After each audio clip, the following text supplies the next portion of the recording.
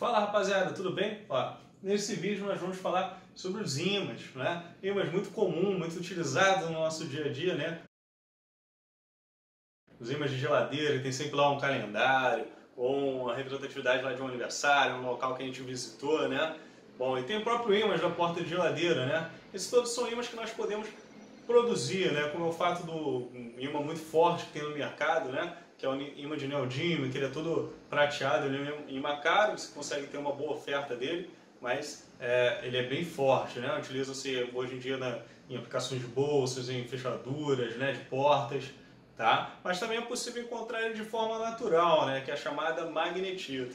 Bom, o ímã ele tem uma característica muito interessante, né? Ele tem sempre dois polos, né? A gente costuma designar eles ali norte e sul, um em zero, sim e não, para poder diferenciar que existem ali sempre dois polos no mínimo. Sim, no mínimo, porque nós já conseguimos produzir, né, ímãs com vários polos, com multipolos, beleza? Ó, uma outra aplicação que eu tenho aqui, ó, um ímã que eu removi de um alto-falante, né, todo alto-falante sonoro, né, ele possui um ímã lá para o seu funcionamento na parte de trás, eu deixo sempre assim perto do chão, que se cair alguma moedinha, ó, ele vai pegar essa moeda, né? Fica mais fácil do que ficar com as moedas que caem, ou objetos metálicos que caem no chão, né? Então ele fica preso aqui. Bom, e os ímãs, né? Na força elétrica que nós já estudamos, se não viu o vídeo ainda assista, né? Você tem uma interação entre eles, né? Tem ou de repulsão ou de atração.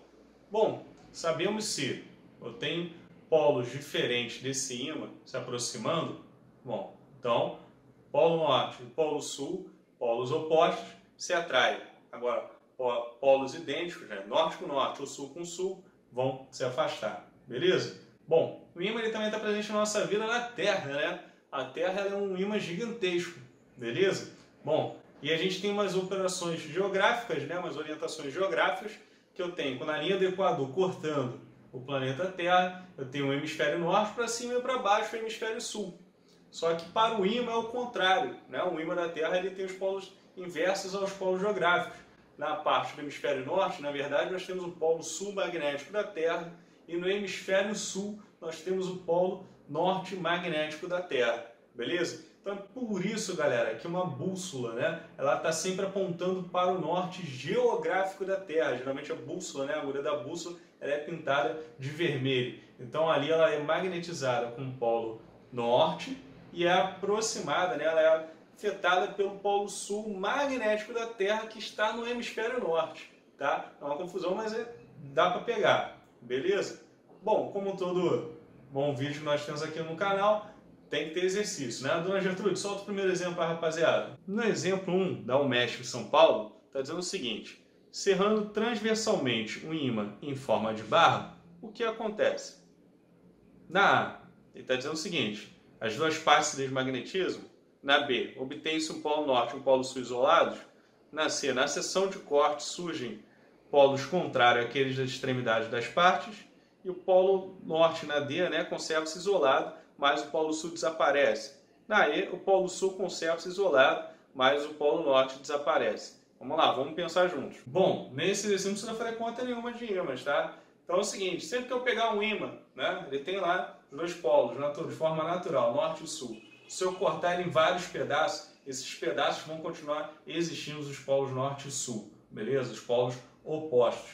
E quando eu corto bem naquela extremidade, né, aparecem polos opostos à parte onde você cortou as extremidades. Se eu tenho lá norte e sul e corto ele no meio, aí vai ficar o norte para cá, vai ter um polo sul dele e o outro do norte, né? Eles vão ficar cerrados e surgem polos contrários àqueles das extremidades da parte. Então a opção correta é a opção C, beleza? Vamos para mais um aí, Dona Gertrude.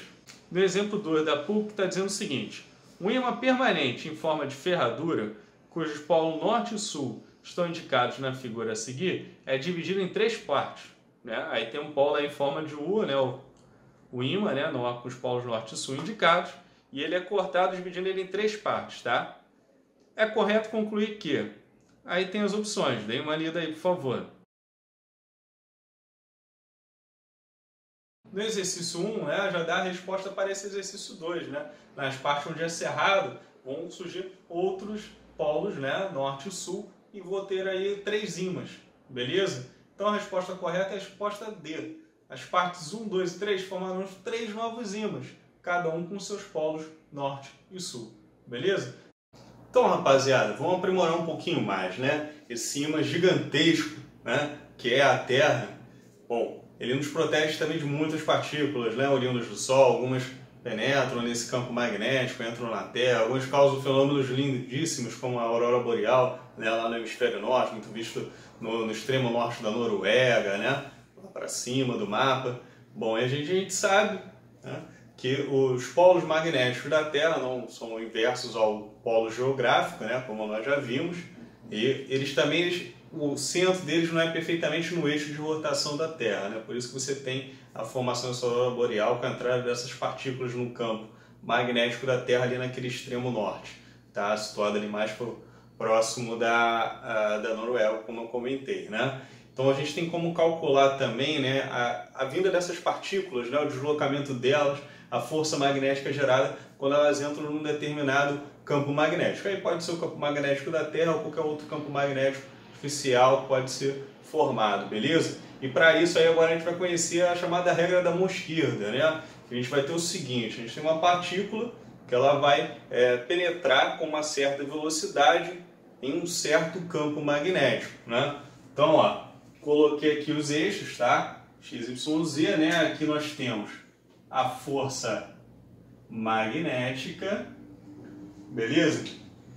Temos aqui o campo magnético, né? Newton, Tesla, e aqui nós temos a velocidade de deslocamento da partícula, né? Lembrando que ela possui uma massa também, tá? Então, ó, por que a mão esquerda, né? Porque eu vou ter que posicioná-la assim, ó, força magnética, campo magnético, né? E velocidade, beleza? Sempre assim, ó, tá? Bom, aí eu tenho aqui, ó, vou dar aqui o seguinte, orientação por um determinado campo magnético, ó. Obviamente a gente tem como calcular essa força magnética, né? Vou colocá-la aqui, ó. Então estou dando aqui uma direção, né, no meu quadro, lembrando as orientações, que eu posso entrar ou sair também desse quadro, beleza? É tridimensional. Eu tenho aqui numa direção, ó, horizontal o campo e no sentido para a direita, tá ok? Então, ó, aqui eu coloco o campo magnético, beleza? Aí a partícula, né, ela vai se deslocar com uma certa velocidade. Deixa eu desenhar aqui a nossa partícula, né? Pronto. Vou botar aqui uma partícula de carga positiva, ó. Tá aqui o campo magnético e tá aqui a velocidade, né? Pronto. Olha lá. Note que ela formou, deixa eu colocar em outra caneta aqui, em outra cor, um ângulo, né? Entre a velocidade, o deslocamento dessa partícula no campo e o campo magnético. Estão vendo? Então, o que isso acontece, né? Porque aqui eu tenho a formação desse ângulo, ó, bem aqui nesse 2 dedos, ó. Beleza? Obviamente tá aqui assim, né? O campo magnético está para lá e a velocidade está para cá. Então eu já sei o que está acontecendo com a força magnética, tá? Nesse caso aqui, entrando no papel. Beleza? O que aqui no caso seria entrando no quadro, tá? Ó, velocidade para lá, porque se eu botar a velocidade assim, o campo ficaria para lá, né? Porque eles estão formando esse ângulozinho aqui. Olha aqui o ângulo formado entre os meus dedos, né? Velocidade e campo magnético. Beleza? Então, por isso tem que utilizar a regra da mão esquerda. Já dá até para matar algumas coisas, né? Mas vamos primeiro visualizar a fórmula, né? Como eu posso calcular a força magnética nesse caso, da interação entre a partícula e o campo, né? A entrada da partícula nesse campo gera uma força magnética, né? Então eu posso colocar assim, a carga elétrica dessa partícula em módulo, tá?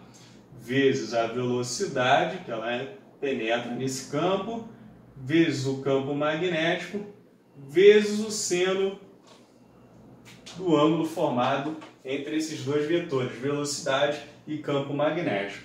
Beleza? Tudo respeitando a sua unidade de ano. Newton, Coulomb, metro por segundo, Tesla e o ângulo, tá? Aí você já nota o seguinte, né? Que se eu tiver campo magnético e velocidade no mesmo direção e sentido, ó, eu tenho um ângulo aqui formado entre os dedos que é zero. Seno de zero é zero, né? Seno de 0 a 360 é zero.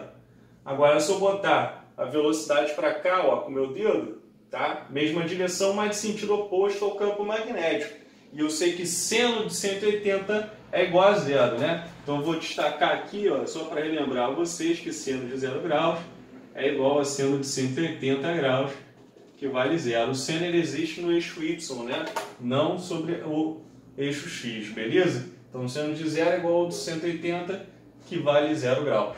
Pô, vale 0 graus. 0 graus igual a 180 graus, que vale zero seno, beleza? Como é uma multiplicação produto, né? Se eu colocar o zero aqui, vou multiplicar tudo por zero, a força magnética de interação vai ser igual a zero, beleza? Então tem que formar um ângulo entre eles diferente desses dois, 0 e 180, tá?